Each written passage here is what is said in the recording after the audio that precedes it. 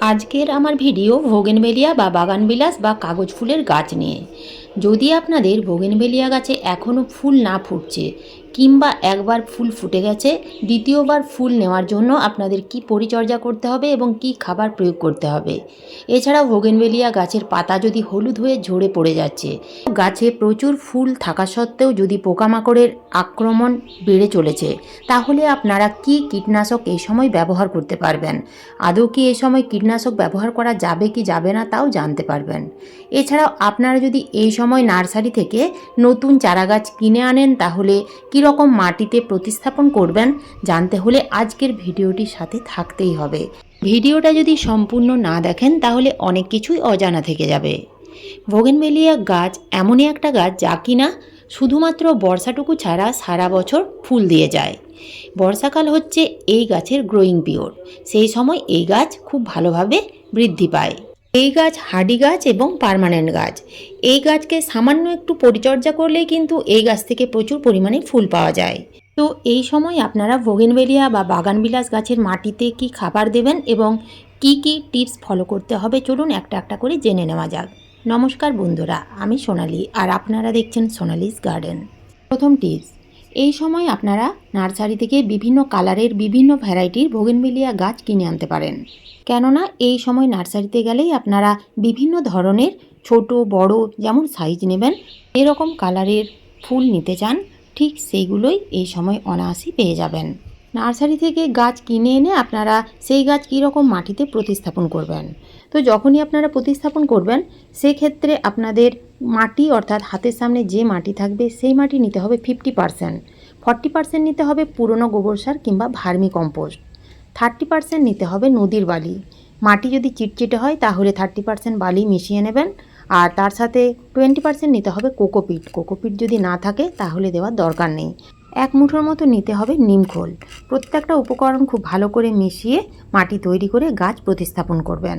2 number tips, bougainvillea গাছ থেকে প্রচুর পরিমাণের ফুল নিতে গেলে সেই গাছগুলোকে ফুল সানলাইটে রাখতে হবে। কেননা বোগেনভেলিয়া গাছ ফুল সানলাইট ভালোবাসে। যেখানে সকাল থেকে সন্ধে পর্যন্ত অর্থাৎ 7 থেকে 8 ঘন্টা রোদ আসে, সেই রকম জায়গায় এই গাছগুলোকে এনে রাখতে হবে। আর যদি আপনারা ব্যালকনিতে এই গাছ রাখতে চান, তার থেকে 5 ঘন্টা রোদে রাখতেই হবে। যদি আপনারা এই গাছগুলোকে ছায়াযুক্ত স্থানে রেখে দেন, তাহলে এই গাছের মাটিতে যতই খাবার দিন না কেন বা যা কিছুই পরিচর্যা করুন না কেন, এই গাছ থেকে ভালো রকমের ফুল পাওয়া যাবে না এবং গাছের গ্রোথ থেমে যাবে। তাই যতটা সম্ভব হবে গাছগুলোকে কিন্তু ফুল সানলাইটে এনে রাখতে হবে। 3 নাম্বার টিপস হচ্ছে, যে সকল বোগেনভেলিয়া গাছে প্রচুর পরিমাণে ফুল ফুটে আছে, সেই সকল গাছের মাটিতে আপনাদের কিন্তু জল বুঝে বুঝে দিতে হবে। যদি আপনারা এই সময় গাছের মাটিতে জলের টান দেন, অর্থাৎ যদি মাটি একেবারে শুকনো হয়ে যায় তারপর যদি জল দেন, তাহলে কিন্তু গাছের ফুলগুলো বেশি দিন টিকে থাকবে না, সব ফুলগুলোই ঝরে যাবে। গাছের মাটিতে যেরকম প্রয়োজন হবে সেরকমভাবে জল দিতে হবে।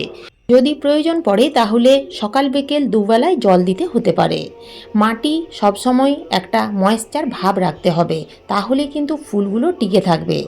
যদি অতিরিক্ত জল দিয়ে দেওয়া হয়, অর্থাৎ গাছের মাটি একেবারে ভিজে আছে তার সত্ত্বেও যদি জল দিয়ে দেওয়া হয়, তাহলে কিন্তু গাছের পাতা হলুদ হয়ে ঝরে যাবে এবং গাছের ফুলগুলোও ঝরে যাবে।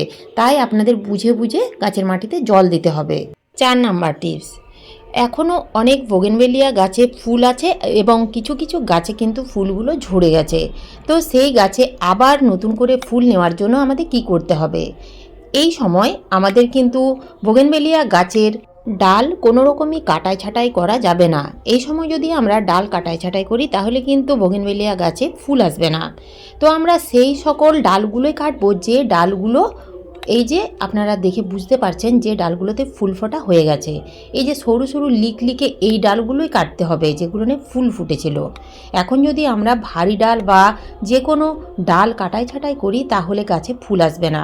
আমি নিশ্চয়ই আপনাদের বোঝাতে পারছি যে কোন ডালগুলোর কাটার কথা বলছি। 5 নাম্বার টিপস হচ্ছে, গাছের মাটি সবসময় আগাছা মুক্ত এবং পরিষ্কার রাখতে হবে। এই সময় দেখবেন বেশিরভাগ শুকনো ফুল বা শুকনো পাতা টবের মধ্যে পড়ে থাকবে, তো সেইগুলোই কিন্তু রেখে দেবেন না। সেগুলো রেখে দিলে সেখান থেকে ফাঙ্গাস লাগতে শুরু করবে। তাই টবের মাটি আপনারা সবসময় পরিষ্কার রাখবেন। এরপরে হচ্ছে গাছের মাটিতে আপনারা কি খাবার প্রয়োগ করবেন। তো মাটিতে খাবার প্রয়োগ করার আগে মাটি একটু আলগা করে ভালোভাবে শুকিয়ে নেবেন। একেবারে ভেজা মাটিতে খাবার দেওয়া উচিত নয়। তো খাবার দেওয়ার আগে আমি মাটি একটু শুকিয়ে নিয়েছি এবং নিড়ানি দিয়ে মাটি আলগা করে খুসে নিলাম। খুসে নিয়ে আমরা খাবার প্রয়োগ করব। তো এখানে আমি প্রথমেই যে খাবারটা প্রয়োগ করলাম তা হলো 1 মুঠোর মতো পুরনো গোবর সার। পুরনো গোবর সারের পরিবর্তে আপনারা ভার্মি কম্পোস্ট ব্যবহার করতে পারেন। এরপরে নিতে হবে 1 চামচ ডিমের খোলার গুঁড়ো। ডিমের খোলা ভালো করে ধুয়ে নিয়ে রোদ্রে শুকিয়ে মিক্সিতে গুঁড়ো করে নেবেন। তারপরেই আপনারা গাছের মাটিতে প্রয়োগ করবেন, তাতে খুব সহজে ডিকম্পোস্ট হয়ে যায়। এরপরেই দিতে হবে 1 চামচ চা পাতা। আপনারা যদি চা পাতা ব্যবহার করতে না চান, যদি ব্যবহার করা অর্থাৎ ফেলে দেওয়া চা পাতা ব্যবহার করতে চান, সেক্ষেত্রে আপনারা 2 থেকে 3 চামচ দেবেন। এরপরে দিতে হবে পাকা কলার খোসা গুঁড়ো। 2 চামচ দিতে হবে পাকা কলার খোসা গুঁড়ো। পাকা কলার খোসা রোদ্রে ভালো করে শুকিয়ে গুঁড়ো করে ব্যবহার করবেন।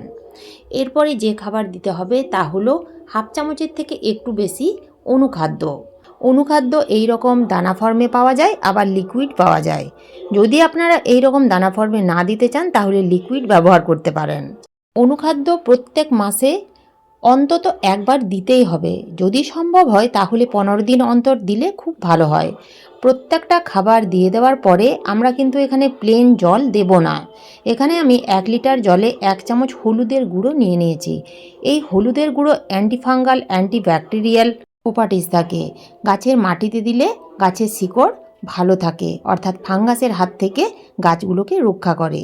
গাছের মাটিতে খাবার দিলেই যে সেই গাছ থেকে ভালো রকমের ফুল পাওয়া যাবে তা কিন্তু নয়। গাছের মধ্যে যদি পোকামাকড়ের আক্রমণ বাড়তে থাকে তাহলে কিন্তু সেই গাছের গ্রোথ থেমে যাবে এবং ফুল এলেও সেই ফুলগুলো ঝরে যাবে।